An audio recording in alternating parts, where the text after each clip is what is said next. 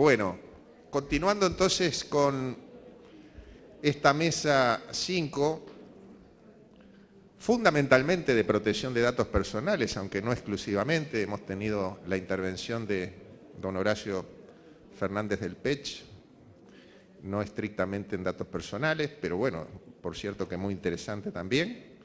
En este caso también vamos a tener la intervención de una colega congresista procedente de Cuba, que también va a girar su temática en temas de ciberjusticia, pero también vamos a tener exposiciones en materia de protección de datos personales. Y dando comienzo entonces a la sesión, vamos a escuchar en primer lugar a el licenciado Hiram Raúl Piña Livien, de quien voy a hacer su presentación.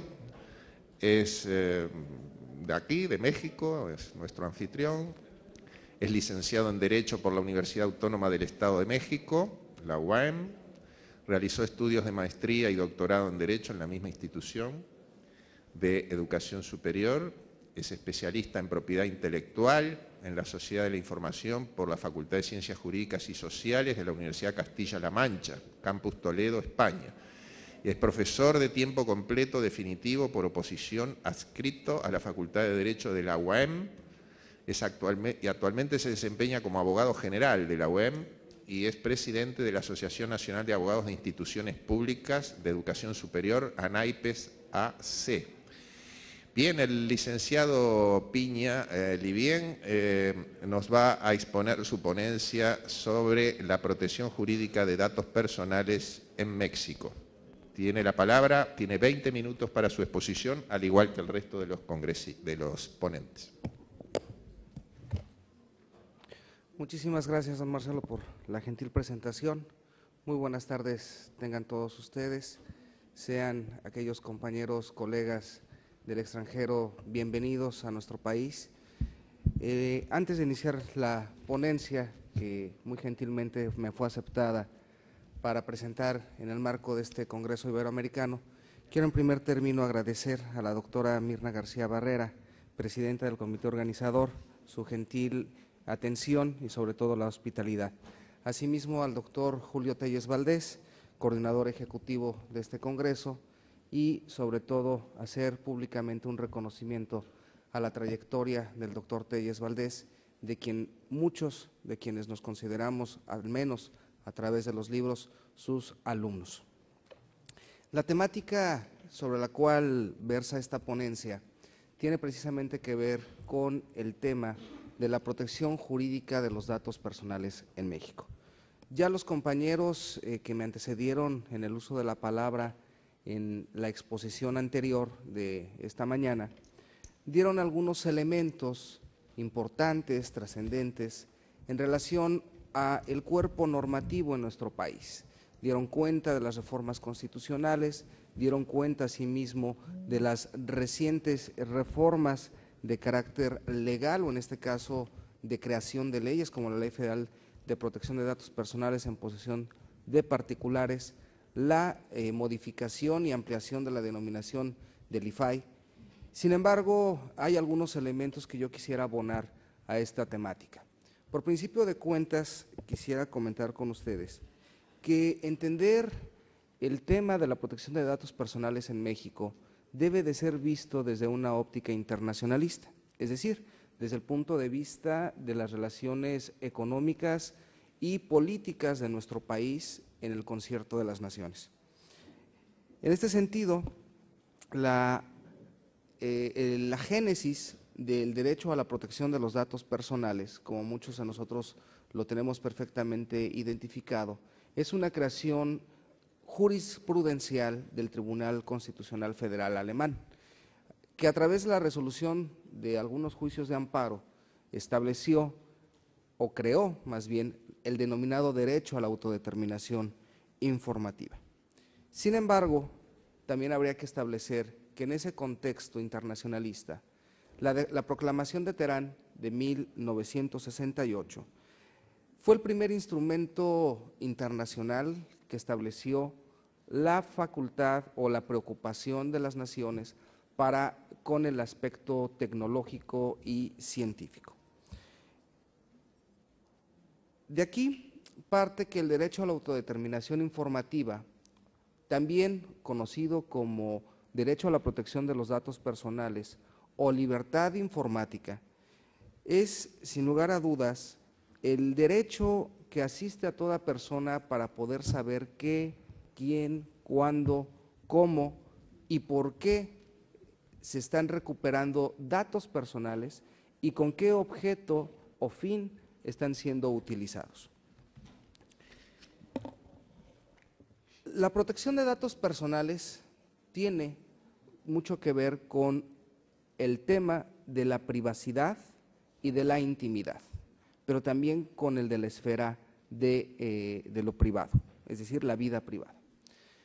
Hay dos teorías o dos modelos, dos esquemas que nos permiten comprender y entender cómo es que se lleva a cabo esta recolección de los datos personales. La primera de ellas es la denominada teoría de las esferas o el esquema de las esferas, en donde yo les invitaría a ustedes que pudiéramos hacer un ejercicio imaginario, en donde tuviéramos varios círculos y en el centro de los círculos tuviéramos uno muy pequeño.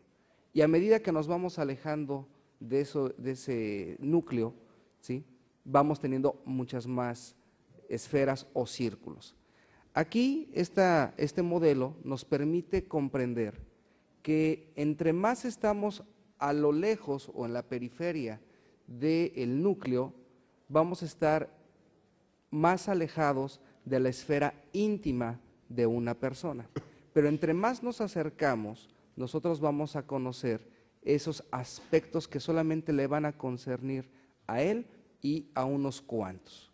Pero por otro lado, vamos a tener los mosaicos o el modelo de los mosaicos, en el cual nosotros vamos a obtener información o el perfil de una persona a través de diferentes elementos, tales como, por ejemplo, obtener datos de una tarjeta de crédito a través de un recibo o de un estado de cuenta, el recibo telefónico, el recibo de luz y cualquier otra información que se pueda obtener en diferentes bancos de datos. Esto es muy práctico, es muy ilustrativo, porque en nuestro país nosotros hemos identificado, y no me dejarán los expertos mentir en ello, tenemos, sin lugar a dudas, un problema de cultura, en donde nosotros fácilmente y a diestra y siniestra proporcionamos nuestros datos personales. Regularmente pensamos que esa información va a estar debidamente guardada o va a tener una cierta secrecía o confidencialidad. Lo cierto es que para poder llegar a ello, se han requerido hacer innumerables reformas, no solamente legales, sino también constitucionales. La doctora Jimena, a quien desde este momento no ubico dónde está sentada, ya lo referenciaba en su exposición. Nuestro país es muy dado a la reforma constitucional. Tenemos cerca de 500 reformas constitucionales y esto nos demuestra que por una parte existe inestabilidad constitucional, hay una mutación constitucional, pero además nos demuestra que no tenemos muy claro el sentido o el rumbo de los derechos fundamentales y antes que nada de los derechos humanos. Simplemente hagamos un ejercicio comparativo de contrastación de cómo es que el artículo primero constitucional se concibió en 1917 y cómo está concebido hoy en día. En términos de Carl Schmitt, eso sería una modificación de nuestra decisión política fundamental. Sin embargo, eso es un ejercicio que nada más los invito a realizar.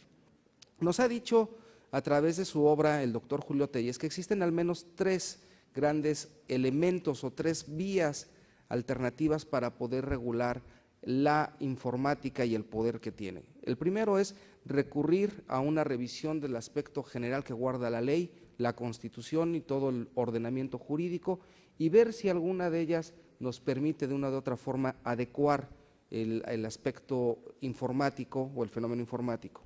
Por la otra es ubicar si existe una capacidad de respuesta de la jurisprudencia para poder hacer frente a una pauta, dice textualmente el doctor Telles, una pauta resolutoria o al menos conciliatoria. Y finalmente la creación de un corpus jurídico en el cual se establezcan de una sola forma y de una sola vez la regulación de la informática. Desde este punto de vista, y tratando de vincularlo al constitucional y adentrándome un poco más a la protección de datos personales, he de comentarles y compartir con ustedes unas reflexiones en el sentido de que solamente 4 países a nivel mundial regulan o controlan, limitan a la informática desde su constitución. Solamente 4. Entre ellos está el caso ejemplar también, hay que decirlo, de España, a través del artículo 18.4, que establece precisamente esa limitación. En nuestro país adolecemos de una cláusula constitucional en donde se establezca la limitación informática. Pero sí, por el contrario, hemos venido trabajando en materia de protección de datos personales con la reforma primeramente al artículo 6º constitucional, la reforma al artículo 16 y la adición al artículo 73. Es claro, es muy nítido que nuestro país ha sido una nación que ha tenido a bien, más bien ser un espectador, un observador y tratar de aquilatar la experiencia internacional en materia de protección de datos personales. Sin embargo, habría también que mencionar que nuestro país, México, la República Mexicana, debe dar un paso adelante.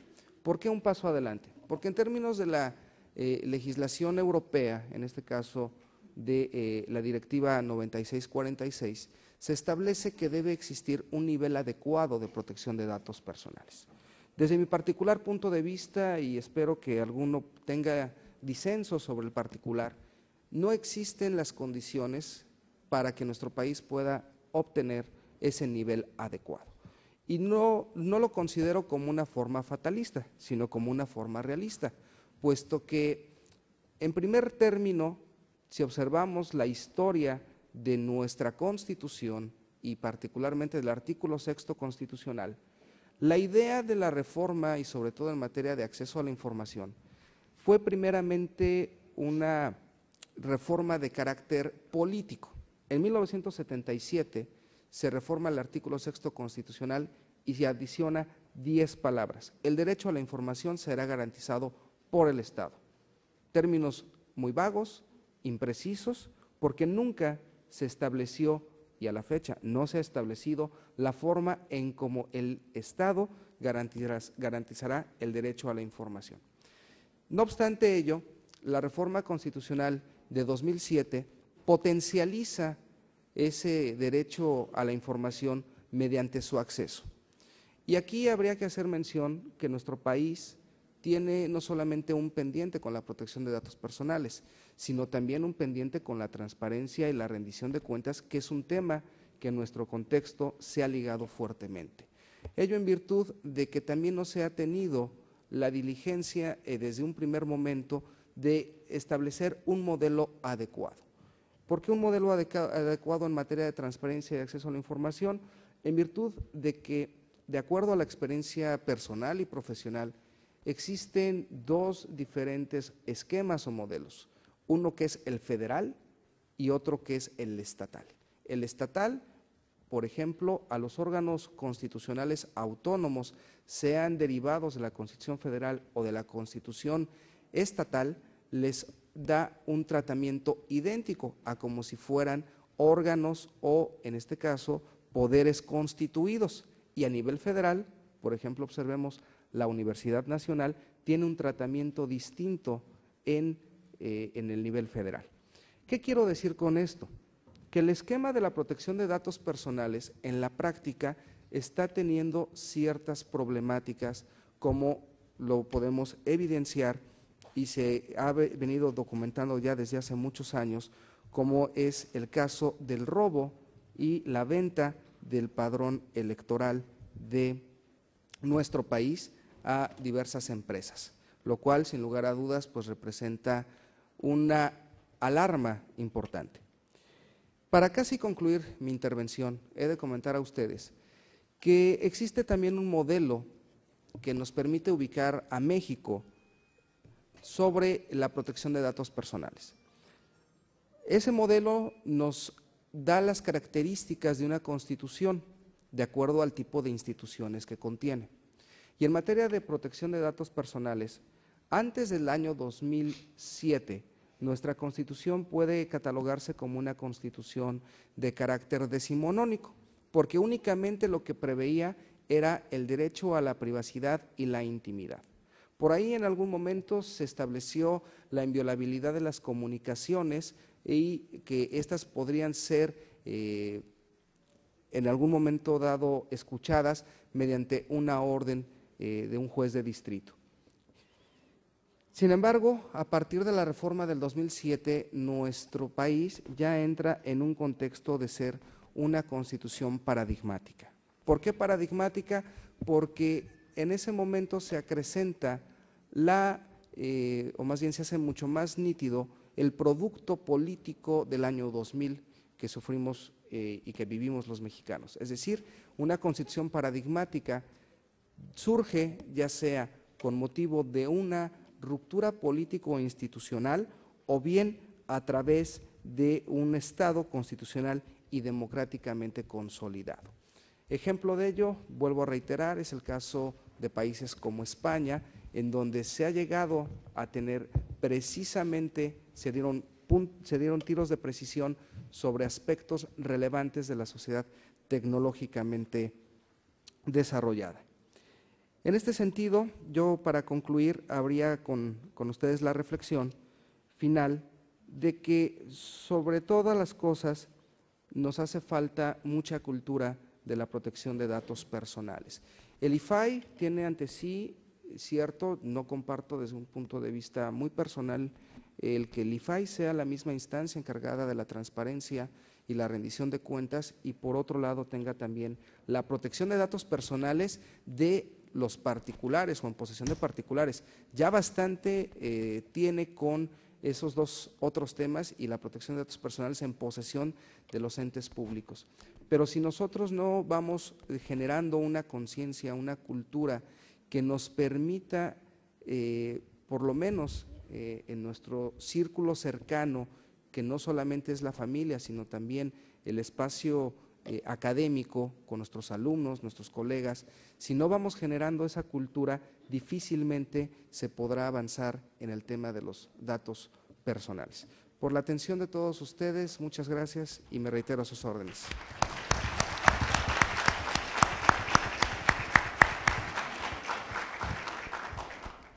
Muchas gracias, licenciado Piña Livien. Y para continuar, vamos a presentar a una expositora que proviene de Cuba, la ingeniera Daini Lamorú Marciel. Ella es ingeniera en Ciencias Informáticas, graduada en 2007 en la Universidad de La Habana, profesora de la Universidad de Ciencias Informáticas y miembro del Centro de Gobierno Electrónico, CEGEL, de Cuba. Actualmente cursa la maestría de Gobierno de Gestión de la Universidad de Ciencias Informáticas de La Habana. Y la ingeniera Lamorú nos va a exponer acerca del proyecto de sistema de gestión de la Administración de Justicia. Tiene la palabra, 20 minutos para su exposición. Gracias. Bien, buenas tardes.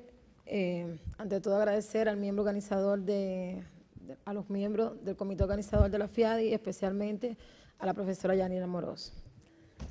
El tema que les traigo aquí hoy para compartir es el proyecto de informatización de los tribunales populares cubanos, que yo soy miembro de ese proyecto y les voy a compartir la experiencia de cómo lo estamos haciendo y bajo qué principios lo estamos haciendo.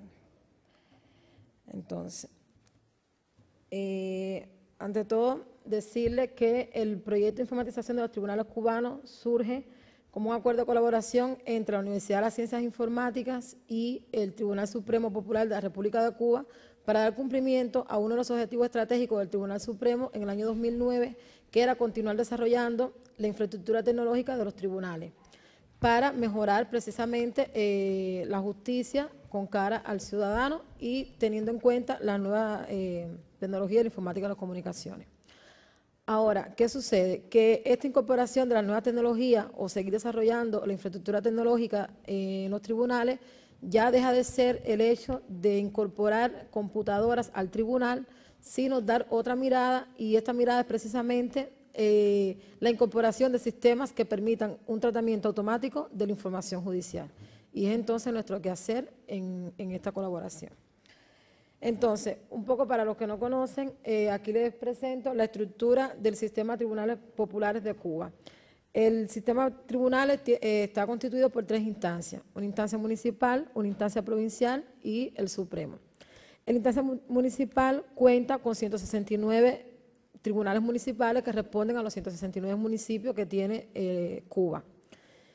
¿Qué conocen los tribunales municipales? Conocen de los asuntos civiles, los asuntos penales y los asuntos laborales. En la instancia provincial tenemos 15 tribunales provinciales que responden a las 14 provincias de la isla, más el municipio especial Isla de la Juventud, que conocen de sala penal, sala económica, civil, administrativo y laboral también. Y en el Tribunal Supremo, que es uno solo, conoce de la sala de lo penal, económico, laboral, civil, administrativo y una sala de lo militar en cuanto a los recursos que se pueden presentar en los procedimientos de instancia. Entonces, ¿cuáles son los antecedentes de este proyecto? Bueno, primero que todo, la tecnología en papel.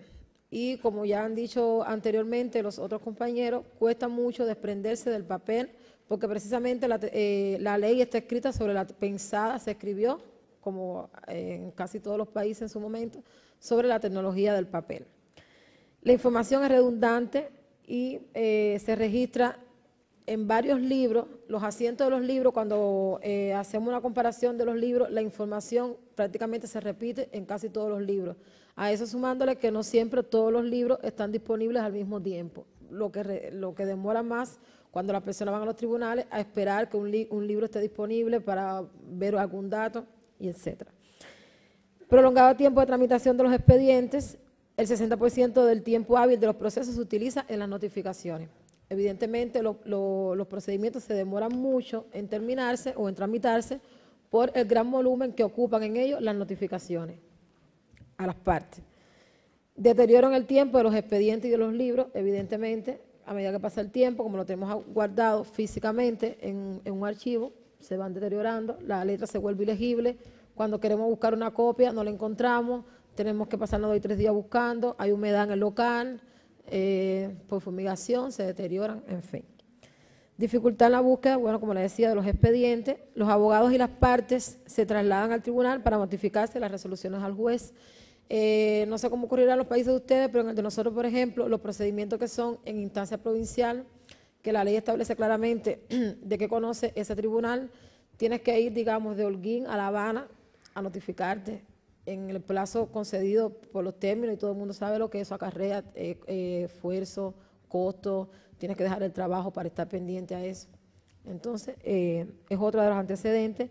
Y gastos por concepto de supervisión de los tribunales de instancia. O sea, el Tribunal Supremo realiza supervisión en los procedimientos de los tribunales de instancia, y todo eso lleva consigo un traslado del personal que va a inspeccionar a las provincias, gasto de combustible, alojamiento, dieta, ida y vuelta, y realmente son gastos, y el personal, que son jueces en definitiva, dejan de hacer sus actividades en el tribunal para ponerse en función de esa supervisión, y evidentemente es tiempo y esfuerzo. Entonces, ¿qué hace falta? Como ya han dicho aquí varios compañeros, hace falta un cambio de pensamiento de las personas que en definitiva van a disfrutar ese beneficio, dígase las personas por parte del tribunal y los ciudadanos también, que vamos a disfrutar de esa modernización, y capacitación y adiestramiento en el uso del sistema al personal. Eso es importante también. Hay un cambio de pensamiento desde ahora, porque es un proyecto de colaboración donde participamos, es un equipo multidisciplinario, participan los jueces, nosotros los informáticos, abogados y todos aquellos interesados que en algún momento se van a beneficiar con el sistema. Ya desde ahora estamos cambiando de pensamiento, pero también hay un cambio de pensamiento cuando vamos a implementar el sistema y hace falta capacitar al personal que va a utilizar ese sistema. Y, bueno, ya, con todas las personas que van a interactuar con la solución. Entonces, el proyecto se divide en 3 etapas fundamentales. Una primera etapa que es informatizar los procedimientos principales de las 3 materias de los tribunales municipales del país y los 2 procedimientos que se inician en la instancia provincial. En una segunda etapa, completar todos los procesos de la instancia municipal y provincial, y en una tercera etapa, informatizar los recursos y procedimientos que conoce el Tribunal Supremo. Ahora,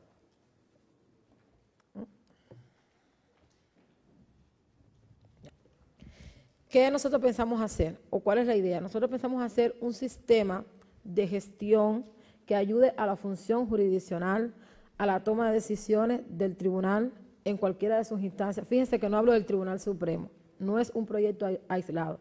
Nosotros estamos haciendo una suite de soluciones integradoras a nivel de país. O sea, cuando el sistema esté, se va a desplegar en todo el país y va a funcionar en todos los tribunales del país. Porque antes, que es uno de los antecedentes también, que aunque no lo dije expresamente, esto no es el primer intento de informatización de los tribunales. O sea, el tribunal ha tenido varios intentos de informatización, pero han sido intentos aislados.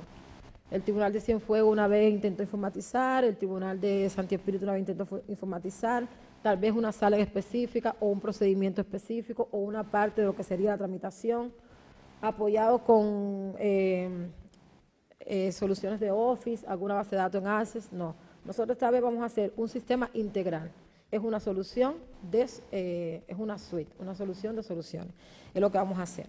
Entonces, en la primera etapa, que ya el proyecto no es un sueño, lo estamos acometiendo, lo estamos desarrollando en estos precisos momentos. ¿Qué estamos? Estamos en la etapa 1 del proyecto. ¿Qué incluye la etapa 1? La etapa 1 incluye, en el procedimiento administrativo, en la materia administrativa, estamos informatizando el procedimiento administrativo que ocurre en la instancia provincial. En civil, empezamos por ordinario, porque nosotros empezamos por los procedimientos base.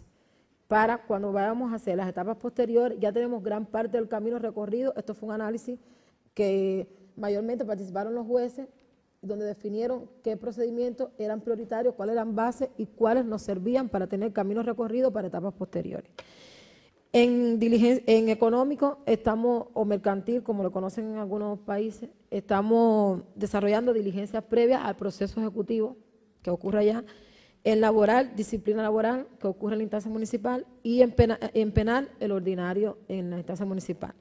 Son 5 subsistemas que responden cada uno a las materias que conoce el sistema de tribunales de Cuba, y administración y gobierno, que es un módulo que está concebido a los efectos del sistema. No ocurre realmente hoy en el negocio, en el quehacer del tribunal, pero es un sistema, es un módulo, disculpen, que se concibe a los efectos del sistema, que es donde se van a gestionar los usuarios, los permisos, los accesos, las estadísticas, algunas estadísticas, las integraciones con otras entidades. Todo eso lo conoce la réplica de los datos, administración y gobierno, que es, como se fijan, está relacionado con todos los subsistemas, pero no es parte del negocio hoy en el tribunal. Entonces, aquí les voy a mostrar algunos de los principios funcionales del sistema, o sea, sobre qué principios para garantizar seguridad jurídica y seguridad informática se está desarrollando el sistema. El primer principio es captación de los datos en el lugar de origen donde se producen, ¿no? Y asegurar durante todo el proceso la integridad, confidencialidad y disponibilidad de los datos, y en especial los datos de carácter personal. ¿Qué quiere decir esto? Esto quiere decir que, por ejemplo, si en penal, por ejemplo, el fiscal presenta las conclusiones provisionales del caso, ¿qué hizo el fiscal? El fiscal llenó todos esos datos en su fiscalía. Entonces lo tiene que llevar en papel otra vez para el tribunal. Primero tiene que pasarlo a la computadora, imprimirlo, cogerlo, llevarlo al tribunal, la secretaria volverlo a introducir en el sistema de nosotros. No, demasiado trámite. Lo que se quiere es que en la fiscalía el fiscal introduce sus datos en su sistema de fiscalía, y eso automáticamente integre y vaya de manera electrónica al juzgado correspondiente. Lo mismo con el abogado cuando hace su demanda en su bufete, o a cualquier otra entidad jurídica o no que se integre, que tenga puntos de contacto con el tribunal. Rápida localización y recuperación de los asuntos por cualquiera de sus datos principales. Acusado, el juez que lo ponente, según la materia, los datos específicos. Y un elemento importante aquí, que nosotros hemos concebido una cosa que se llama a nivel internacional NIC con G o NIC terminado con P, que significa número de identificación general si fuera con G o número de identificación permanente si fuera con P. Eso es un número único que se le va a asignar al expediente, de modo que en el sistema completo el expediente es único y no se repite. Tiene una nomenclatura, lo hemos conseguido hasta ahora con 10 dígitos, donde cada dígito representa un dato dentro del sistema de tribunales y es fácil de recuperación. O sea que hoy en día se duplican los expedientes, incluso no solo a nivel de tribunal, también a nivel de sala, porque las radicaciones son diferentes por procedimiento, digamos. En la sala de lo civil, alimento tiene una radicación, ordinario tiene otra radicación y fácilmente puede haber 2 veces el expediente 8 del 2010, porque están radicados en diferentes. De esta manera nosotros estamos garantizando que por el número del expediente usted encuentra su expediente en el sistema nacional completo de tribunales. Otro de los principios es control y alerta del vencimiento de los términos, pantalla inicial de cada usuario y de los directivos. Esto es un principio fundamental. Una de las cosas por las que se retrasan los trámites dependientes de otras causas es porque a veces los jueces descuidan cuando se están venciendo los términos de ellos o la Secretaría Judicial para la actuación. Entonces, cuando el usuario, sea juez o secretario judicial, entra al sistema, lo primero que el sistema le va a mostrar es todos los trámites que tiene en término hoy, en término de ayer o tantos días como tenga vencido. Por tanto y demás, no puede pasar que a usted se le olvidó que el expediente 1508 era el último día para dictar sentencia. No, porque el sistema constantemente, desde que abre, lo primero que te dice es eso y no te deja pasar a otro trámite si no resuelves ahí. Y de ese modo estamos garantizando celeridad en la tramitación del proceso. Enumeración automática de escritos presentados, asuntos radicados y resoluciones dictadas. De igual modo el sistema lo puede hacer. Genera todas las resoluciones y escritos que requiere un proceso con captación mínima.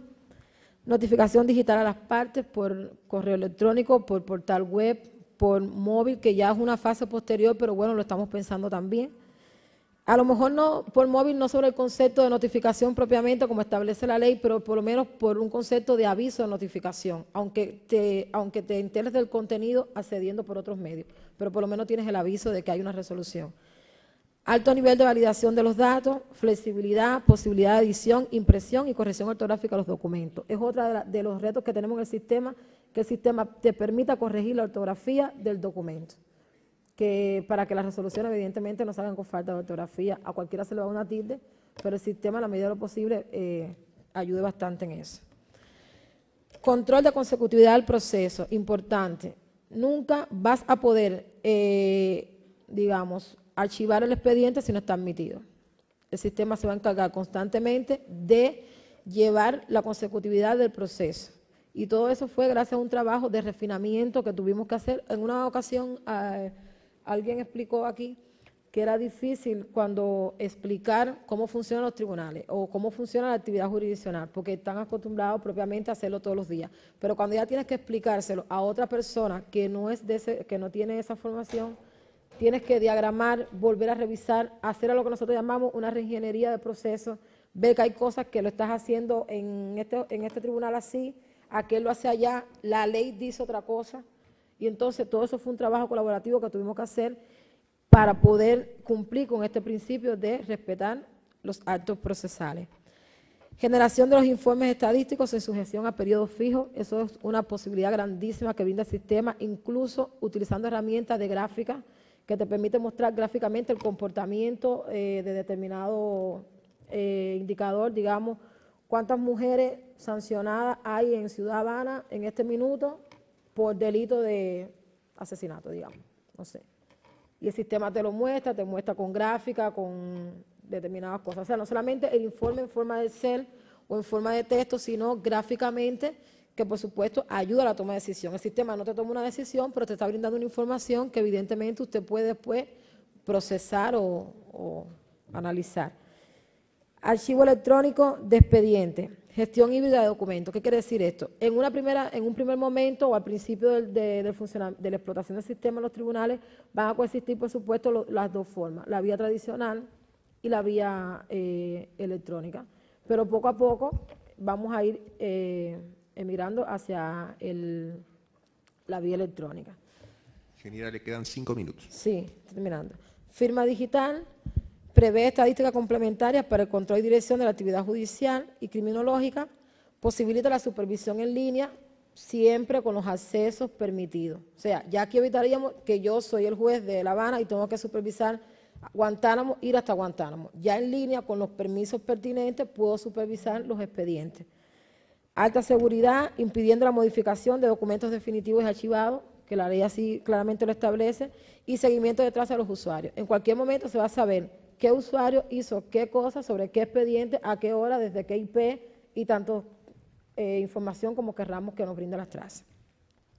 Entonces, evidentemente el impacto del sistema es un impacto grandísimo, primero que todo porque todo el mundo sabe lo que cuesta en dinero solamente hacer un sistema de esta índole, con esta característica, cuesta bastante dinero y con tan buena suerte en nuestro país es un acuerdo de colaboración dentro del tribunal y la Universidad de Ciencia Informática, o sea que ya por ahí casi que cero el costo, y eleva la calidad de las decisiones, de la tramitación del proceso, aumenta la celeridad, por supuesto, posibilitando reducir la tramitación de los términos, reducción y reutilización en otras labores de los recursos humanos. Si la secretaria hoy hace cantidad de cosas, que el sistema lo va a poder hacer, por tanto, esa secretaria la podemos utilizar en otras funciones. Y reduce el gasto de teléfono, materiales de oficina, el propio papel que tan costoso es y la tala indiscriminada de árboles que trae aparejado. Entonces, aquí rapidito les voy a mostrar cómo va a estar distribuida la información. Ahí está la instancia municipal, la instancia provincial y la instancia suprema. Cada uno de esos noditos que ven ahí son un tribunal físico atómico, cada tribunal, que va a tener su propio servidor, cada tribunal, y toda la información se replica a un clúster de datos que va a estar físicamente, puede estar en cualquier lugar. Fíjense que el Tribunal Supremo tiene su propio servidor como tribunal al fin que es, y va a haber un clúster de datos que es el que va a manejar toda la información. Por tanto, ningún tribunal se va a comunicar con otro tribunal. Todas las comunicaciones van a ser directas al clúster y en sentido inverso. Y de esa manera garantizaríamos seguridad en el sistema. Y acceso al sistema, pues nada, al clúster de datos va a tener los reportes nacionales, o sea, usted en su tribunal va a tener acceso a los reportes propios de su tribunal y a nivel nacional se van a tener los reportes nacionales en el clúster de datos. Los usuarios del sistema van a tener permisos al sistema, van a tener roles según lo que establece la ley, como claramente identificado, cada cual con sus funciones. Las estadísticas, copias de seguridad, muy importante, porque si hay fallas en el sistema, y el respaldo nacional también. O sea, cada tribunal independiente va a tener sus copias de seguridad y el clúster de datos a su vez va a tener sus copias de seguridad también. Y finalmente, el sistema de nosotros está pensado para las posibles integraciones. Como estamos en un marco de gobierno electrónico, el día de mañana las otras instituciones de justicia también van a desarrollar su sistema. Entonces, nosotros hemos concebido el sistema pensando en una futura integración con la Fiscalía, con la Policía Nacional, con el banco, con la Caja Central de Resarcimiento, el registro de sancionados y tantas instituciones jurídicas o no tengan puntos de contacto con el tribunal, con el sistema tribunal, con independencia de la instancia que sea. Entonces, muchas gracias por su atención.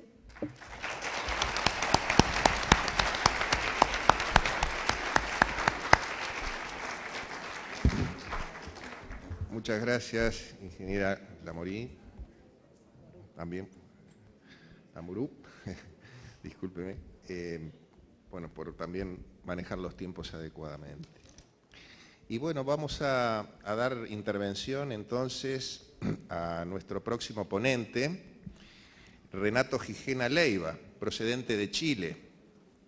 Es abogado, es académico y consultor de empresas, servicios públicos y entidades gremiales nacionales e internacionales en temas de nuevas tecnologías, derecho informático, comercio electrónico y gobierno electrónico.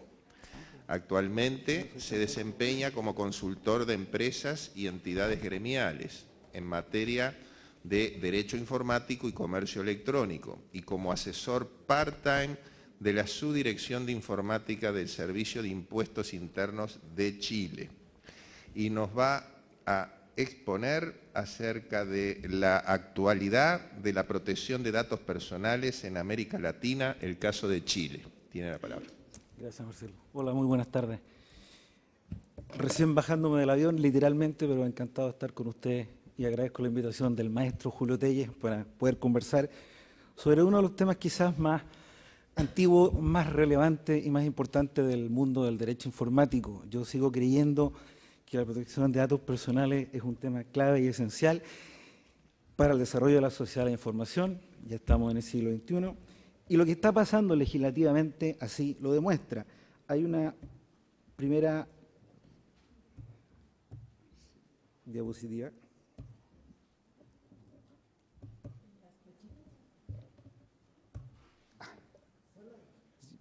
Antes usé el page down. Ya, bueno, en la flechita.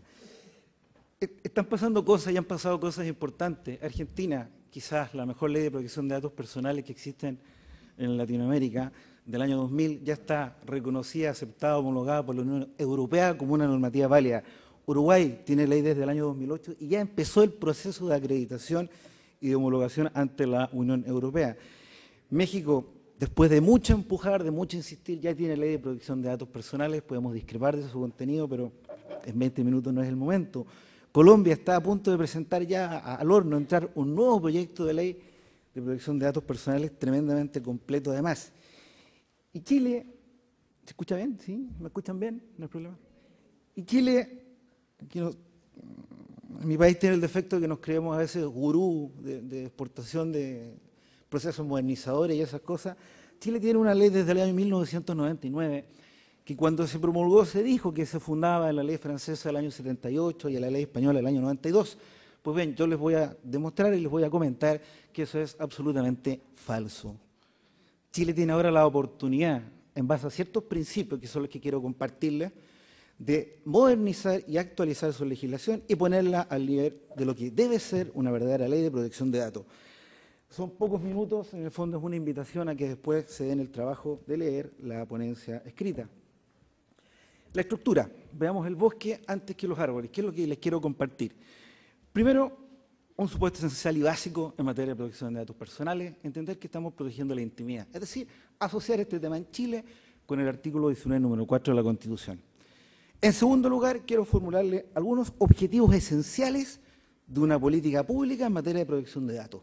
4 objetivos esenciales que hoy se han recogido en un trabajo que tengo el orgullo de estar asesorando en la Comisión de Economía del Senado de mi país. En tercer lugar, plantear cómo deben ser estas modificaciones de la ley chilena desde la estructura de toda ley de protección de datos personales, que siempre tiene que estar. Y por último, al final, mencionarles algunas modificaciones puntuales o específicas que debe contemplar toda la ley de protección de datos personales. ¿Sí? Esa es la propuesta. A ver cómo avanzamos. El primer supuesto, aunque la gente piense lo contrario, hay que entender que no estamos en un tema de implicancias económicas. Impacta porque se va a regular el mercado del procesamiento del tráfico y el cruce de información.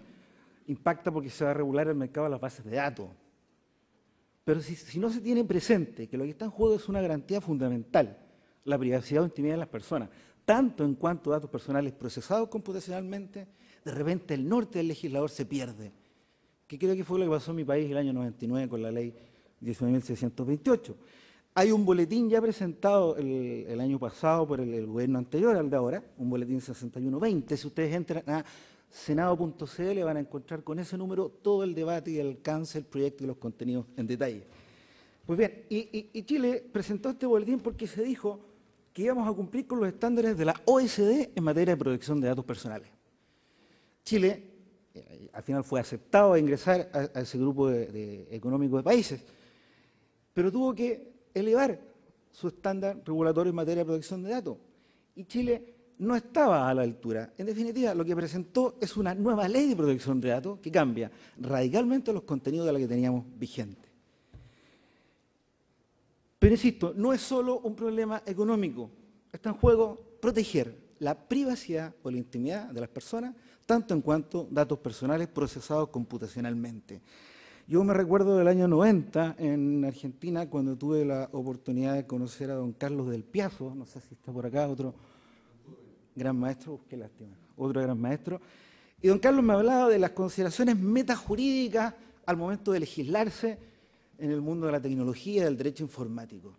Pues bien, digámoslo con todas sus letras, cuando en Chile se reguló y se dictó la ley vigente de 1628, no hubo debate.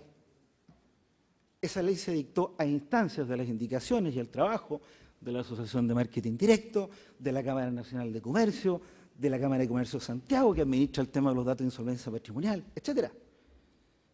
Fue una ley a la medida de las empresas que querían procesar información de los chilenos con las mínimas restricciones legales posibles. La distancia entre la ley francesa y la española con la ley chilena, enorme, demuestra lo que estoy diciendo. Si la columna vertebral de la ley francesa y la española es un registro obligatorio responsable de base de datos y un órgano que fiscalice, la ley chilena no tiene un registro obligatorio de responsable de base de datos personales del sector privado, y la ley chilena, comillas, para no ser burocrático, cierre de comillas, como dijo el principal de sus impulsores, les voy a dar las puras iniciales, don José Antonio Viragallo, para no ser burocrático, obvió la existencia de un ente administrativo que fiscalizara y aplicara sanciones a los responsables de base de datos. Esa es la realidad. Y hay que entender el sustrato antes de abordar la legislación. También están pasando en Chile tres cosas muy importantes. Hay tres mociones que los invito nuevamente a buscarlas. Están en los boletines que están ahí señalados, C594, C495, 5883, en senado.cl las van a encontrar, que apuntan a una cosa tremendamente importante desde el punto de vista de las garantías fundamentales. Apuntan a la llamada constitucionalización del habeas data. Argentina, Perú, Paraguay, Ecuador, hace rato que tienen consagrado el derecho de acceso, el derecho de controlar, autodeterminar y fiscalizar mis propios antecedentes personales en las cartas fundamentales. Y eso jurídicamente, para los que no sean abogados, significa que lo ponemos al más alto nivel de protección jurídica. Pues bien, en Chile tampoco habíamos constitucionalizado la habeas data. Y gracias a Dios espero que avancen. Existen en este minuto 3 mociones en ese sentido. Les estaba contando del trabajo de la Comisión de Economía del Senado. Hay un proyecto que aún no se presenta, pero está a la puerta del horno de presentarse. Y ellos también consideraron el problema económico del tratamiento de datos personales. Ellos también, como dice la diapositiva, vieron que había un mercado desregulado, derechamente no regulado, de tráfico de información. Que es un mercado que genera y factura enormes ganancias en todo el mundo. Hay transnacionales, Equifax, ChoicePoint, la red Swift de la banca, pero hay también empresas locales que se dedican al mundo del marketing directo, de la fidelización de bases de datos y de antecedentes de las personas. Entonces la Comisión de Economía del Senado, como es su naturaleza, dijo, ok, vamos a entrar a regular este mercado, pero desde la perspectiva de proteger las garantías de los titulares de los datos en Chile. Pero desde la perspectiva de amparar a los propietarios, porque yo soy dueño de mis antecedentes, no a la empresa que los procesa, de cada uno de los antecedentes nominativos.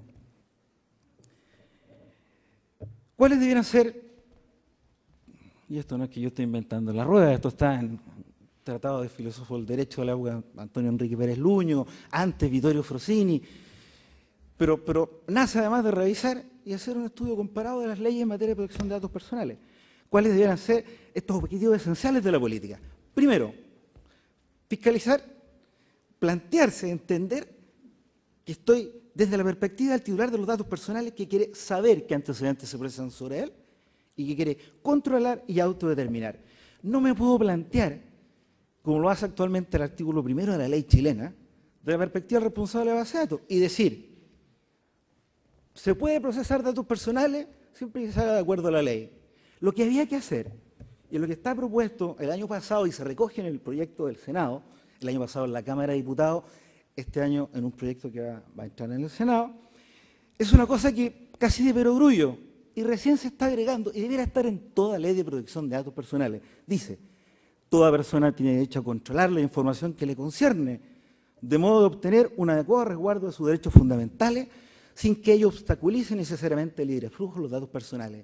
Si obstaculiza o no, será una cuestión de hecho que un tribunal o el ente administrativo que fiscalice el tema en su minuto habrá de determinar. Pero el principio fundamental está claro. Todo titular puede controlar sus antecedentes. Segundo, no puede haber anonimato en el mundo del tratamiento de datos personales. Es esencial, es una condición sine qua non de toda ley de protección de datos que exista un registro público obligatorio de cada una de las entidades, empresas o servicios públicos dedicados al procesamiento de datos personales. Y ese registro tiene que ser administrado por un ente autónomo de control y de fiscalización, que si se violan los principios y las normas legales, incluso aplique multas o sanciones administrativas en plazos breves. En Chile se pretende, existe una corriente de traspasarle la responsabilidad de fiscalizar este tema al Consejo de Transparencia, que es el equivalente aquí en México al Instituto Federal de Acceso a la Información. Me opongo, ojalá que no. Eso es confundir, eso es mezclar lo que no se puede mezclar. Porque una cosa importante es el derecho de acceso a la información de los actos, contratos, documentos, licitaciones y resoluciones del Estado, que sí deben ser transparentes y conocidas por todos los ciudadanos, y otra cosa radicalmente distinta es el derecho de acceso que tengo yo para saber quién y con qué fines está procesando exclusivamente mis datos o antecedentes personales. El derecho de acceso a la información del Estado se juega solo en el sector público. El derecho de acceso, el habeas data, para controlar mis antecedentes se juega esencialmente en el sector privado, donde esto es un gran negocio. En tercer lugar, si estamos hablando de una nueva política en Chile, si estamos hablando de nuevos estándares, y ustedes hubieran visto la cara de los 5 senadores, que son excelentes senadores en esa comisión, cuando empezaban a debatir estos temas y cómo se empoderaron con estos temas. Aquí tiene que haber un cambio radical. Y aquella empresa, banco, corporación o servicio público que se dedique al procesamiento de datos personales, sea o no con giro exclusivo, sea para fines de marketing directo, por ejemplo, o no, tiene que tener un nivel de cargas, obligaciones y responsables altísimo.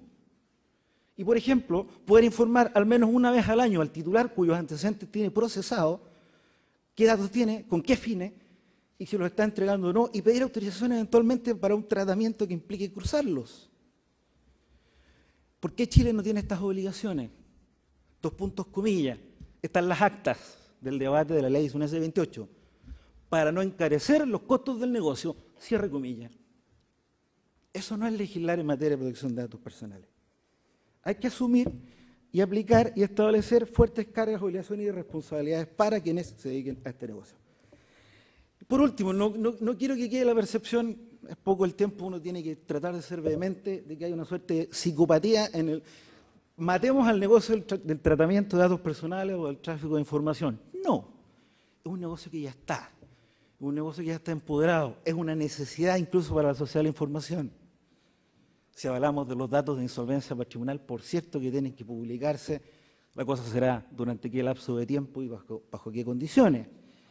De lo que se trata es de equilibrar y dotar al titular de los datos que se están procesando con fines de lucro de un mayor caudal jurídico para poder fiscalizar el uso de su información. Muy bien. ¿Tiene tiempo? Gracias, don Marcelo. Tanto tiempo que no lo veía. Desde la estructura de la ley de protección de datos personales, esto es una cosa que es como media pedagógica, pero yo creo que es fácil de entender. Todas las leyes de protección de datos personales, salvo excepciones, pero tienen una suerte de plantilla o estructura modelo que uno puede recoger. Tienen siempre una parte orgánica que declara los principios fundamentales, la obligación de secreto, el uso de los datos con los fines declarados al momento del procesamiento, etc. Tiene una parte orgánica, crea un organismo, un ente fiscalizador autónomo con facultades de dictar normas y aplicar sanciones, ojalá es el ideal, y como dice la diapositiva, para que lo declarado dogmáticamente no sea solo bellas declaraciones de principio y no sea solo una ley de protección de datos personales lírica, que es el caso de la ley chilena. Tiene luego una parte procedimental, para en un plazo breve, en un par de semanas, ir ante el ente que fiscaliza el tratamiento de datos personales y exigirle aplicar multa a un responsable que, por ejemplo, usa la información con un fin distinto al declarado, y si no, busquen en Google Telefónica más APD, Agencia de Protección de Datos, iban a ver la cantidad de multas que se le han aplicado a esa empresa en España por no respetar la privacidad de sus clientes abonados tanto en cuanto a datos personales. Y tiene una parte sancionatoria, multas, sanciones administrativas, e incluso se tipifican delitos. Yo, si se me permite la expresión, me acuerdo que cuando era más niño me enamoré de la ley francesa de 1978, que tipificaba como delito informático la desviación, el uso no autorizado y la desviación de los datos procesados a un fin distinto al declarado, con sanciones penales, privación de libertad. Qué fuerte señal jurídica a la sociedad. Pues bien, la ley chilena tiene una parte dogmática débil, no tiene una parte orgánica, no tiene un procedimiento administrativo de reclamo, sino que se va a los tribunales ordinarios y no posee sanciones, no posee multas. Simplemente una declaración genérica de que habrá que indemnizar los perjuicios en caso que se vulnere los derechos de los titulares de los datos. Punto. En esa sola comparación, perdonen lo poco, es lo que yo tendría que decirles. Pues bien, esta Comisión de Economía del Senado, y lamento no poder dejar aquí para el debate a la mesa, Julio, el proyecto, el anteproyecto, porque aún es un anteproyecto y mientras no se presente puede sufrir cambio. Pero apenas esté presentado, créanme que a través de FIADI y el doctor Telles van a recibir este proyecto. La Comisión de Economía buscó optimizar los aspectos dogmáticos, contemplar la existencia de un órgano competente, se está discutiendo su naturaleza, pero va por la línea, al menos la Comisión se inclina a una suerte de superintendencia de bases de datos, aunque no habría autonomía, que es un tema complejo, pero bueno, se está debatiendo. Lo importante es que va a haber un órgano, que hoy no hay. Se crea un registro obligatorio de responsables de bases de datos, se reemplaza el procedimiento judicial por uno administrativo y derechamente se mejoran las sanciones. Multas fuertes, pecuniarias fuertes, no sé la equivalencia en dólares, pero no son menores, no hacer cualquier cosa, no cumplir con lo establecido en la Ley de Protección de Datos Personales en Chile. E incluso el proyecto contempla delitos informáticos, contempla sanciones penales de privación de libertad, para cuando el uso o abuso en materia de procesamiento de datos personales sea doloso. Y eso es una tremenda señal jurídica. 4 minutos, ahora sí. ¿Sí? 4 minutos. No, pero hay tiempo. Alcanzo. Simplemente 7, 8 de estas modificaciones esenciales, que son las que están, desde el punto de vista general, importándose y aplicándose. Y digo importándose porque el modelo fundamental legislativo ya no es la ley francesa del año 78, la ley española del 92, del 99. No tengo ningún problema en reconocer. La ley argentina del año 2000, que es una excelente norma. Ha sido el documento que trabajaron durante 3 meses estos 5 senadores y sus secretarios ayudantes de la Comisión de Economía. Primero, sacaba el anonimato. Establecer obligatoriamente un registro y una autoridad de control que administre el registro obligatorio de responsables de base de datos. Eso significa RBD. Segundo, en Chile hoy en día solo se protegen las personas naturales. Una empresa, un gerente, de cara al resguardo de sus antecedentes personales como empresa, no puede ejercer el derecho de acceso a esas datos. Va a poder porque se extiende la tutela a las personas jurídicas. Hoy en día los datos se usan con diversos fines. Se declara un fin y después se transfiere por otra información. Una AFP, una administradora de fondos de pensiones, tiene los datos para calcular las pensiones de sus cotizantes en Chile. No tenía por qué pasarle una base de datos completa a una multitienda comercial de retail para que haga tarjetas a medida y se las mande a domicilio. Me reservo el nombre de la tienda de retail, sí sé el de la AFP. Se acaba y se establecen fuertes sanciones para el uso con un fin distinto al declarado por el responsable de recoger los datos.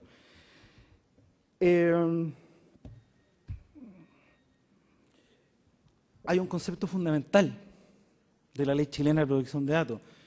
Fuentes públicas de información, y si son públicas podemos desde ya pensar que van a permitir que los antecedentes ahí compilados se procesen sin autorización del titular. En Chile actualmente se dice que son fuentes públicas de información, todas las que no sean de acceso secreto reservado. Y si yo entiendo que el acceso secreto reservado se limita al secreto bancario, al secreto estadístico, al secreto de afiliación política, a un secreto en materia de salud, ergo todas las demás en Chile pueden ser declaradas como fuentes públicas de información. Se cambia radicalmente el concepto y se califica como fuente pública a las que en verdad lo son, los diarios oficiales, los registros de comercio, etc. Las listas de teléfono, en fin. El tema de la seguridad del sistema, que es un tema tremendamente complejo. Yo tengo la suerte de trabajar en un servicio público que es completamente tecnologizado en Chile. Y para la seguridad del sistema hay estudios, políticas, evaluaciones, se contratan empresas externas de monitoreo, etcétera. Está declarado formalmente en la ley chilena, pues bien, se suben los estándares que se le va a exigir a todo responsable de base de datos técnicos para operar en materia de seguridad del sistema. El tema de la fiscalización administrativa. Va a haber un órgano que va a obligar a que cuando un responsable de base de datos sea denunciado por el titular por un posible uso no ajustado a derecho o a la norma, en un procedimiento sumario, en 2 semanas, y administrativamente va a poder conocer y aplicar multa. Y el tema que ya les mencionaba, sobre todo de las sanciones. Hoy en día una declaración genérica de que los responsables deben asumir los eventuales perjuicios al titular de los datos. Pues bien, ahora infracciones y multas clasificadas en leyes graves y gravísimas, y las gravísimas pecuniariamente son importantes.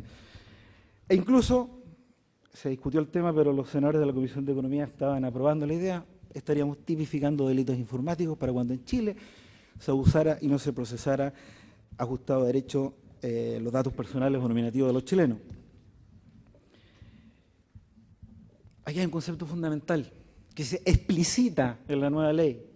Todo banco, toda entidad, todo servicio público, toda corporación que procesa información de sus clientes o abonados o asociados suele decir, yo los tengo, yo los fidelizo, yo los relaciono, los almaceno, los procesos y en consecuencia me pertenecen.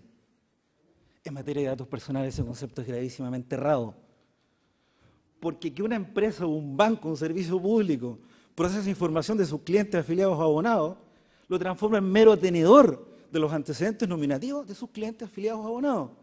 Y en consecuencia debe resguardar con el mayor rigor posible la seguridad de esos antecedentes personales. No por procesarlo y recopilarlo pasa a ser dueño de los antecedentes personales. ¿Estoy en el tiempo? Eso era mayor aporte. Espero después de Julio Telles poder entregarles el proyecto. Cuenten con ello vía internet, webmail, todas esas cosas con el maestro Telles. Y gracias por escucharme estos 20 minutos.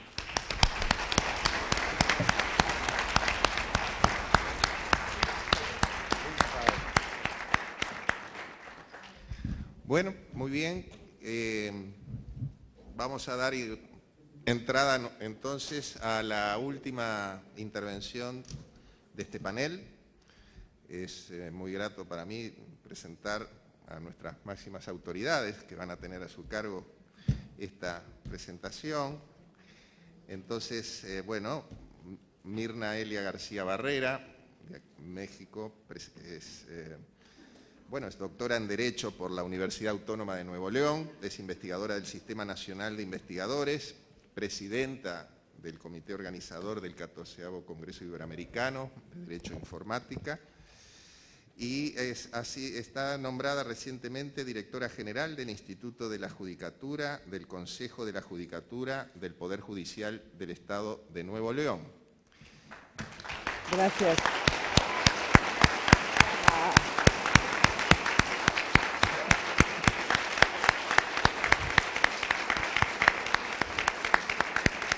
Son mis alumnos. Muchísimas gracias. Sí. Perdón, como en el programa figura que es una intervención conjuntamente con el doctor Julio Telles, también lo voy a presentar. Bueno, Julio Telles Valdés es profesor de la UNAM, es investigador del Sistema Nacional de Investigadores, es doctor en Derecho, es doctor en Derecho Informático e Informática Jurídica por la Universidad de Montpellier y es coordinador ejecutivo de este 14º Congreso Iberoamericano de Derecho e Informática, para quien pido también un aplauso. ¡Bravo!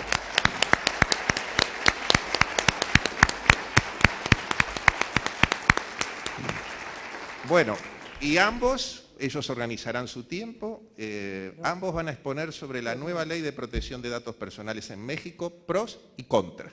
Un título desafiante. Sí, muchas gracias. Bueno, quiero decirles que aquí está mi hija.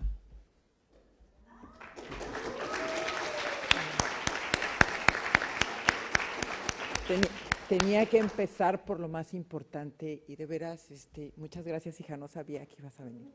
Donde tú quieras, mi reina.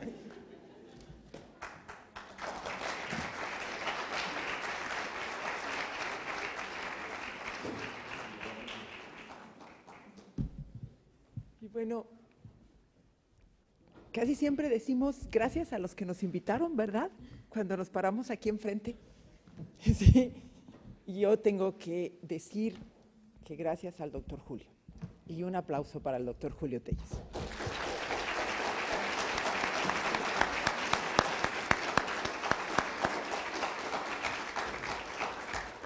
Y les comparto una anécdota. ¿Saben qué? Le decía al doctor Julio, y nos vamos a inscribir, Julio, y nosotros vamos a presentar ponencia. Y decía, no, no, no, no.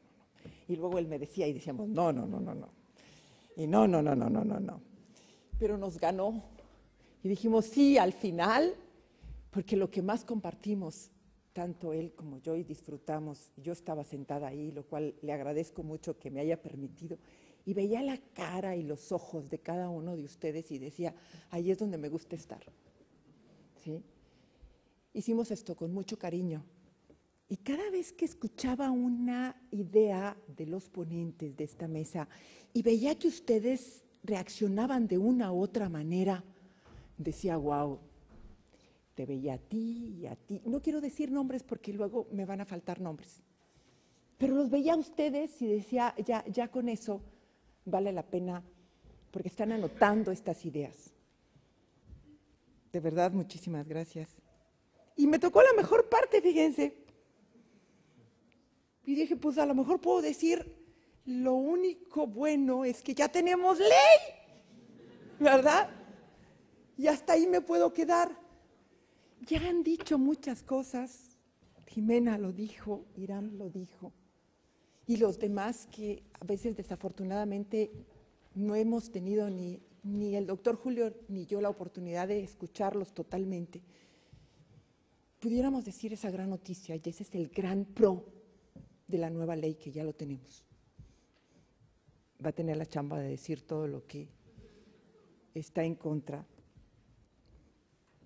La globalización y el impulso de las TIC, específicamente el desarrollo del Internet y las tecnologías de la información, en conjunción con otros factores, han dado lugar a la incorporación en nuestra Constitución de dos nuevos derechos, dice, de muy reciente cuño: los derechos de acceso a la información y la protección de datos personales. Y solo quiero decir lo que ya todo el mundo sabemos, porque todos tenemos derecho a saber, ¿sí? ¿Y lo que no tenemos derecho a saber? ¿Qué? ¿Han oído un anuncio, y los extranjeros, de una revista que voy a decir el nombre, pero es una de las revistas quizás más vendidas, que es Fama, ¿verdad? ¿Sí? Y hay un anuncio que es genial, que a mí me hace reflexionar. Sale un chico diciendo, soy gay y quiero que todo el mundo se entere. Y sale una señora diciendo, le puse los cuernos a mi esposo, ¿sí? Y luego dice la revista y el anuncio, ¿y a quién le importa? ¿Sí? Él lo dijo. Y fíjense cómo ahora sale mucha información privada. Por eso, la primera conferencia y una frase que yo quiero que anoten, y creo que ya la anotaron, ese famoso derecho al olvido. Y vuelvo y sigo otra vez diciendo, sí, tenemos todos derecho a saber, pero ¿qué no tenemos derecho a saber? El derecho de acceso a la información es la prerrogativa que tiene toda persona para acceder y examinar los datos y registros públicos que se encuentran en poder de autoridades o sujetos obligados, pero siempre que cuenten o que no cuenten o con algún tipo de clasificación, depende del ángulo que lo estoy diciendo. Y esta clasificación es información reservada y información confidencial. ¿Le tendría que hacer alguna modificación ahora con la nueva ley? Y vuelvo a la buena noticia, ya tenemos la ley. Sí. Tengo información pública de oficio, información reservada, y esto lo hicimos para poder preparar una conferencia sobre el derecho de acceso a la información y sabemos, hay protección de datos personales en la información pública o información confidencial que nunca debe de ser pública, pero estábamos en el contexto de la información pública en posesión de sujetos obligados o de entes públicos. Y empezamos a preparar conjuntamente con mi alumna por allá, ¿verdad? Allá, porque ¿se acuerdan que lo estábamos haciendo en la clase a las 7 de la mañana, lunes y miércoles?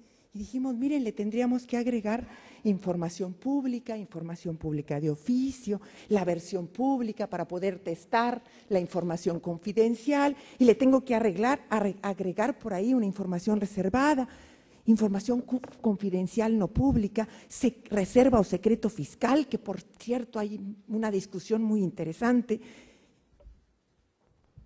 Y ahí le agregué datos personales para poder entonces establecer esta diferencia. Y tendría luego que discutir sobre vida privada, pero ahorita se los digo.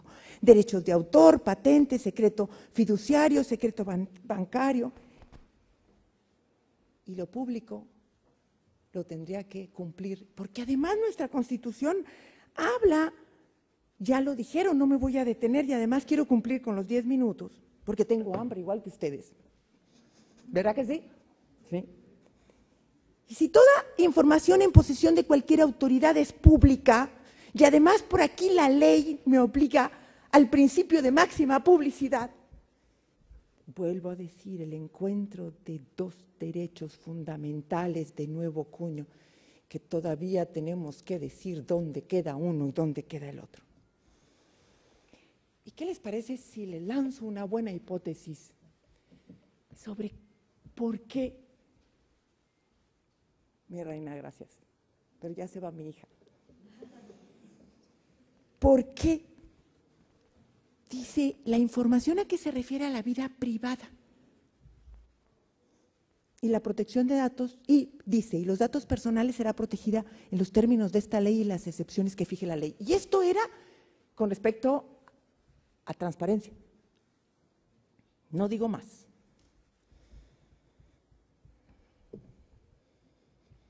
La protección de datos personales es un tema de plena vigencia y importancia en las sociedades democráticas. Y ya no repito porque lo hemos dicho muchas veces, pero mis datos personales, si les comparto, yo tenía una tarjeta de crédito, tarjeta de puntos Soriana, con mi nombre completito, Mirna Elia García Barrera, ¿verdad? Y tenían en una base de datos mi costumbre de consumo. Ya la guardé. Y tengo otra tarjetita de puntos, que por cierto, sí, vale el comercial, pero ya sin mis datos. La apropiación y el uso irrestricto de los datos personales por parte del Estado, de otras entidades públicas y de privadas, chocan directamente con el derecho de los individuos a mantener una zona de su personalidad alejada del escrutinio público, esa zona íntima y privada de las personas. Y tengo el artículo 16. Ya lo han leído, pero esto sí, me permiten. Doctor, le iba a decir que sí me cuidara los 10 minutos, a pesar de que, sí, porque sí, por favor, porque si no le puedo seguir, cuídemelos.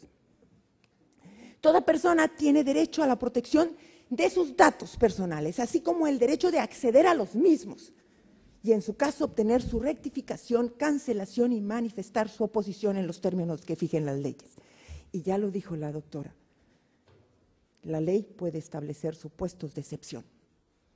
Y ahí están, que es por razones de seguridad nacional, de orden y seguridad y salud pública, o para proteger los derechos de terceros.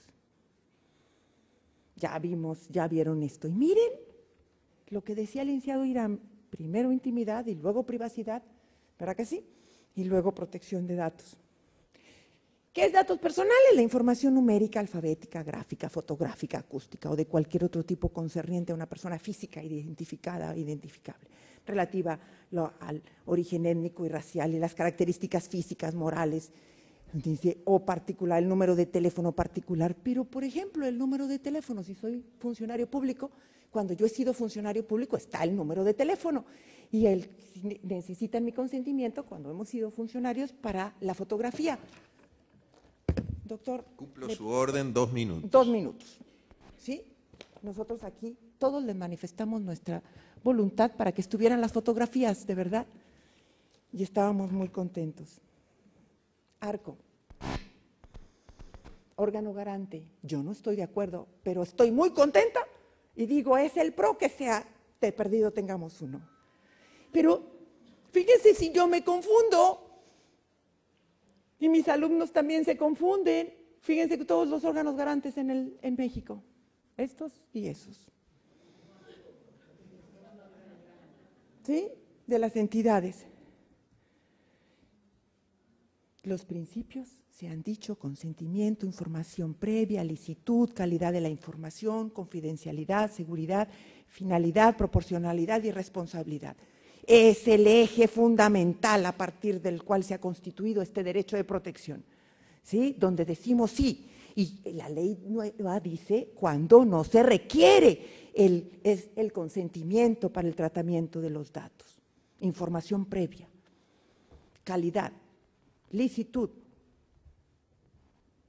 en el marco derecho, confidencialidad, establecer tratamiento, mecanismos de para poder disasociar, seguridad y responsabilidad, ya tiene dientes o va a tener dientes. Y por cierto, ya lo dijo la doctora Jimena, mucho dinero, ¿verdad? Yo le calculé como 200 millones. No, 18, perdón. Proporcionalidad con respecto si será necesario y adecuado y relevante en relación a las finalidades previstas por la ley. Nuestro banquero conoce nuestra liquidez. El personal de los centros comerciales conoce nuestros hábitos de consumo. Nuestro operador telefónico tiene nuestra agenda y los récords de llamadas.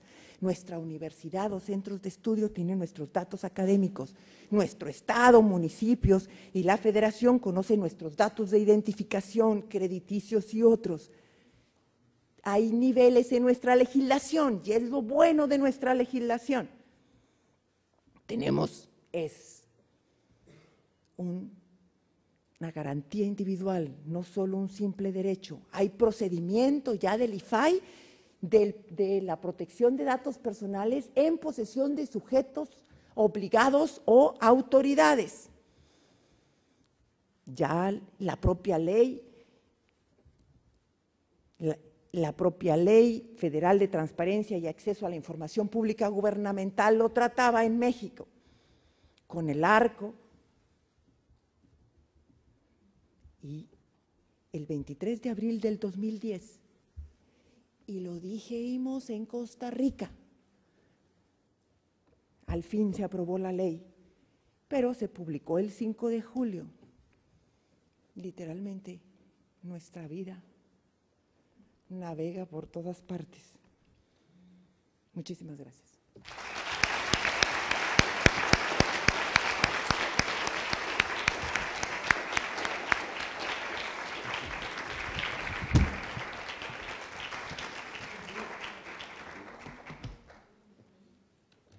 Pues sí, tenemos una ley, pero no basta. A veces una ley que no cumple expectativas es peor que no tenerla. O autoridades que no sepan o quieran hacer cumplir las funciones que les son encomendadas. Aquella autoridad que no sabe es una autoridad ineficiente. Aquella que no quiere hacer cumplir una ley es corrupta. Le daremos el beneficio de la duda al IFAI. Sin embargo, nos ha presentado muy malas cuentas. Un comisionado presidente que no termina su gestión y que por la ambición política se va a ocupar una cartera como secretario de Educación Pública.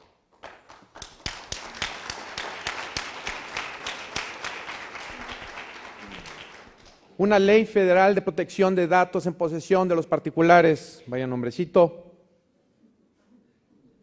que faculta al IFAI a nivel de atribución, artículo 39, fracción 9, y cito, a acudir a foros internacionales, Este es un foro internacional, se les invitó. Si es tan buena ley, ¿por qué no vinieron a presentar las bondades, las generosidades de esa ley?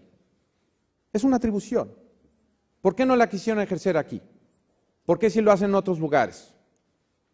¿Qué acaso no es un foro internacional? Y se les invitó. Así que no crean que se va a hablar a escondidas. Tuvieron esa oportunidad y no la ejercieron, y es una atribución legal. Yo podría decir que ahorita están incumpliendo legalmente esa atribución porque es un foro internacional. Ley tardía. Desde finales del 68, Naciones Unidas hablaba de las amenazas posibles del uso inadecuado de las tecnologías. Primera ley, 1970, estado de GES. 40 años después, tenemos una ley. Es tardía. La innovación, discutible. ¿Por qué no hablar de tratamiento? Se refiere al tratamiento. O eso al menos busca o pretende. Es una ley reglamentaria del artículo 16, párrafo segundo. Se tiene la obligación legal de que esa ley reglamentaria cubra, adecuada, satisfactoria y cumplidamente los postulados que emite la Constitución. Y si ustedes leen la ley, es insuficiente y prácticamente deja muchos rubros, de acuerdo a uno de sus transitorios, al reglamento. Y esto puede eventualmente considerarse como una transgresión al principio de reserva de ley. Dejar que una ley reglamentaria de la Constitución, finalmente su operatividad queda a cargo del Ejecutivo. Restando, por supuesto. Los del Legislativo se dejaron porque ellos debieron de haberse dado cuenta de lo que estaban aprobando. Se les hizo saber, pero ellos toman las decisiones. No aclara los tipos de archivos. La transferencia internacional, en efecto, Jimena, hay vacíos, hay claroscuros. Hay complicidad con las empresas transnacionales para propiciar el envío de datos al extranjero sin que podamos ejercer derechos claros.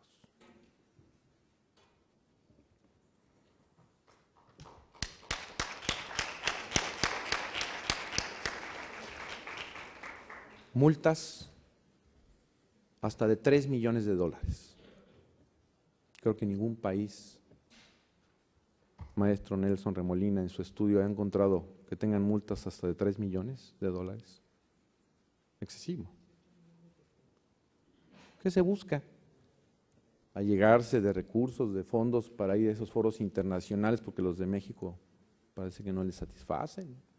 No sé, multas muy excesivas, a mi modo de ver.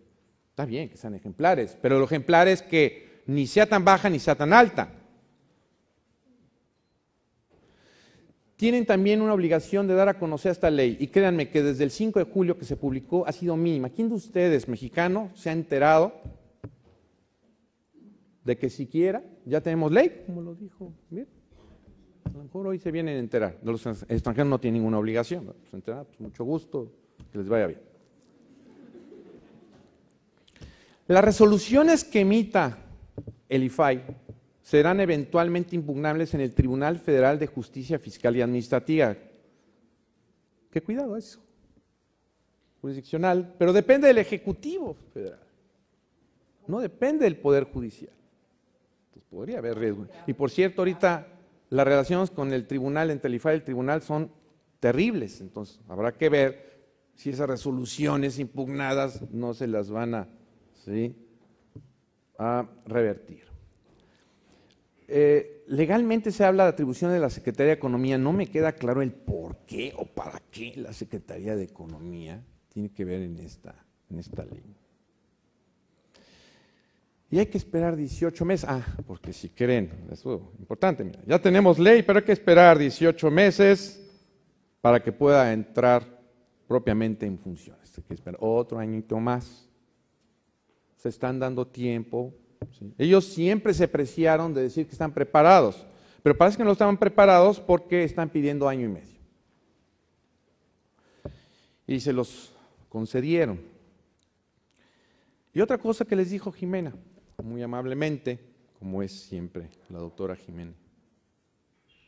Estados como Colima, que habían venido trabajando muy bien en el tema de protección de datos personales y se habían aislado de esa vorágine, de ese ostracismo propio y característico del Congreso Federal, resulta que ahora lo desconocen de un plumazo. Y les enunció ahí los estados. Los dejaron fuera de la jugada. ¿Qué acaso las entidades federativas no tienen que aportar en ese sentido? Su experiencia, su bagaje fue literalmente desconocido.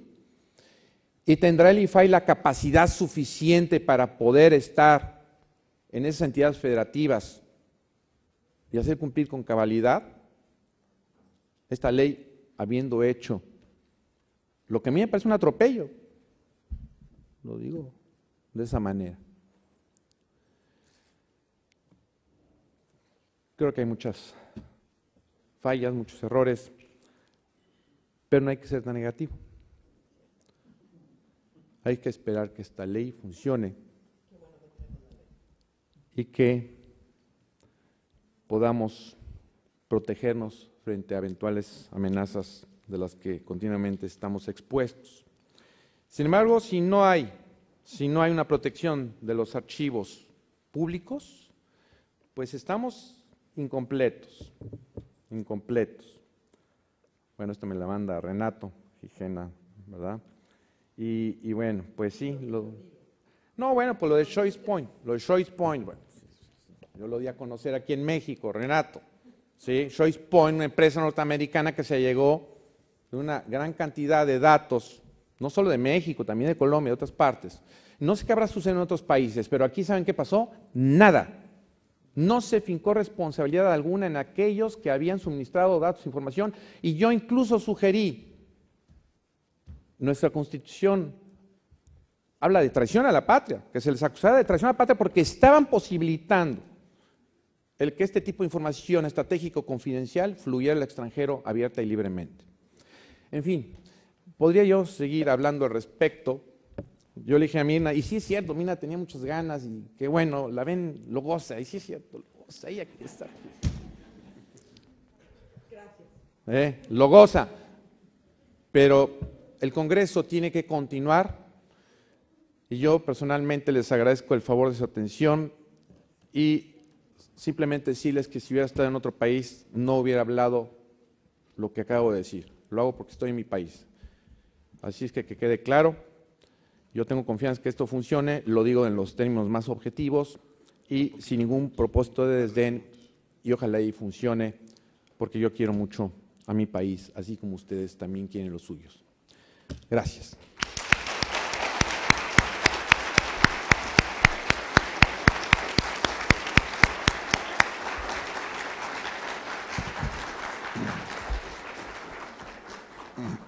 Bueno, luego de estas exposiciones realmente nutrientes, a quienes estamos en estos temas también desde otras partes de nuestra América nos toca, y tenemos unos breves minutos para 2 intervenciones de auditorio, de preguntas que quieran formular. Así que en este momento, si alguien quiere hacer uso de la palabra en el auditorio, los congresistas, es el momento. Muy buenos días. En realidad quiero felicitarles y hay que ser autocríticos para que esto salga adelante. Y es honesto. Felicidades. Hay que ser honestos. A la compañera de Cuba una pregunta. Quiero felicitarles y a la vez un interrogante. El hecho de que dentro del proyecto hayan tomado en cuenta la firma electrónica, la firma digital, me parece básico, porque la notificación electrónica debe constituir prueba plena. Por lo tanto, se necesita dentro del proceso judicial electrónico el principio que es la autenticidad, la integridad y el no repudio. Mi pregunta va encaminada a si dentro del sistema está la posibilidad de que otras entidades como el registro de la propiedad, la fiscalía, procuradurías, bueno, no sé cómo lo llamen allá, puedan enviar documentos electrónicos para que ustedes lo validen dentro del proceso judicial?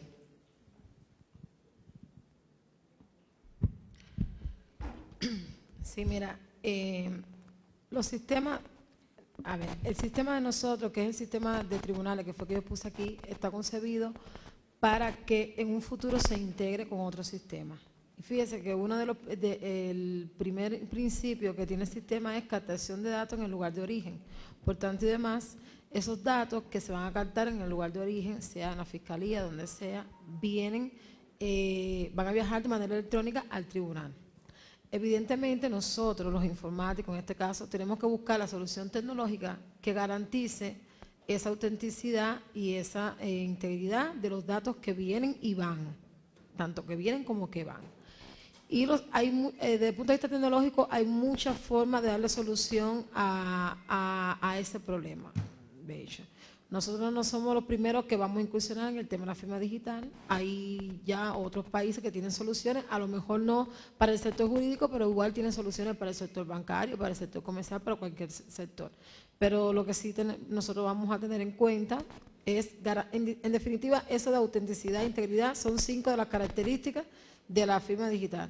El no repudio, la autenticidad, la integridad, disponible, y otras dos, no me recuerdo ahora exactamente los nombres. Y evidentemente decir firma digital es evidentemente garantizar esos 5 pilares. No sé si respondo a su pregunta. Gracias.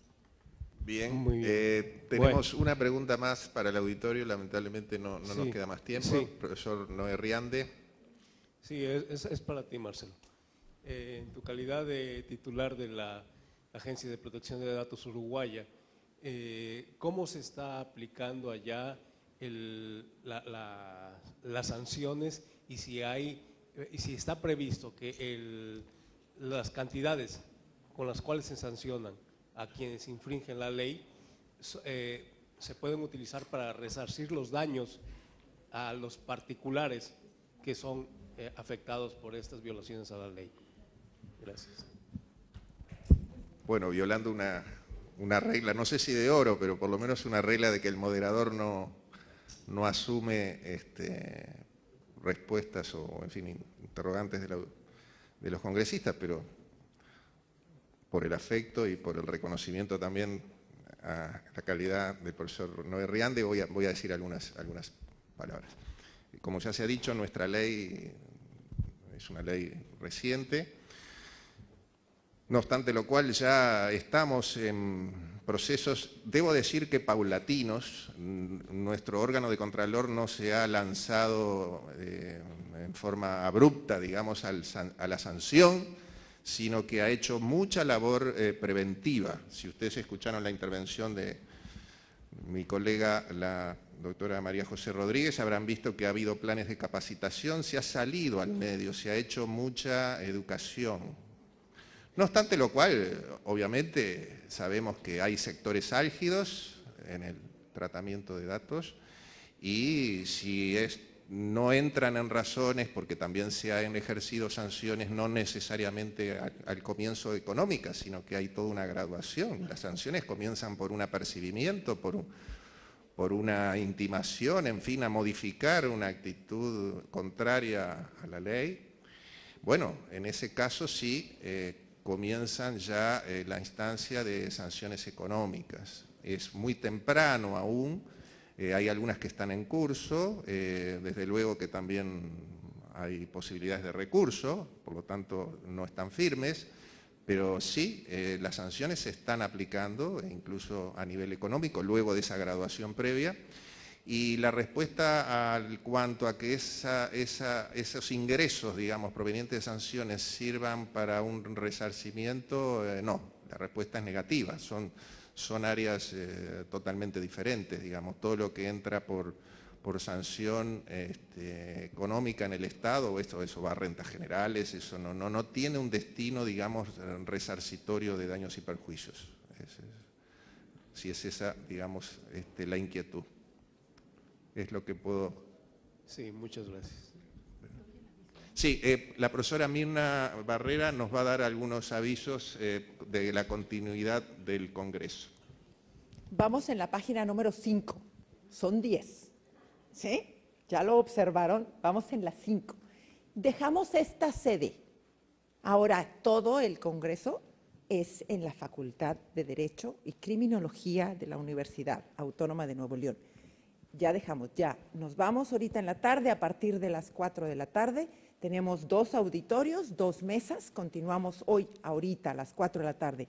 Descansamos mañana jueves. El viernes a las 9 de la mañana, en la Facultad de Derecho, nos vemos a las 9 de la mañana también con 2 mesas, ¿sí? Y terminamos la clausura a las 4 de la tarde, el viernes solo en el auditorio Víctor L. Treviño. Muy buena observación, doctor. Nos falta el sábado, el cerrar con broche de oro con el taller. Vean su programa, el taller de informática forense. Pero quiero que, así que no tengan ninguna duda ni tampoco error. Ayer estuvimos recibiendo gente aquí en la tarde, porque sí se confunden. Pero ahorita dejamos esta sede. Todos nuestros eventos académicos son en los auditorios de la Facultad de Derecho y Criminología, en nuestra casa.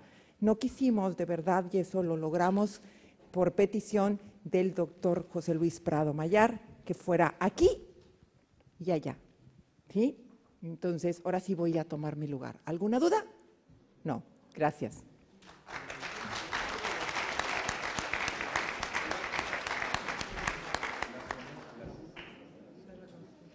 Sí, bueno, perdón, antes de levantar la sesión, vamos a entregar las menciones correspondientes a las distintas intervenciones de este panel. Al licenciado Irán Raúl Piña Livien, su reconocimiento.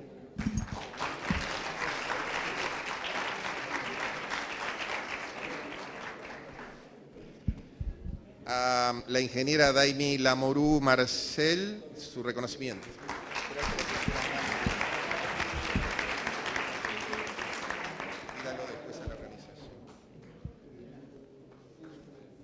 A Renato Gijena Leiva, su reconocimiento.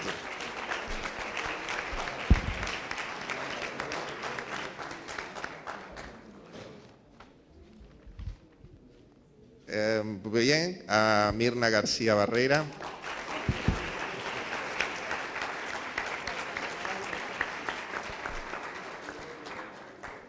A Julio Alejandro Telles Valdés, su reconocimiento.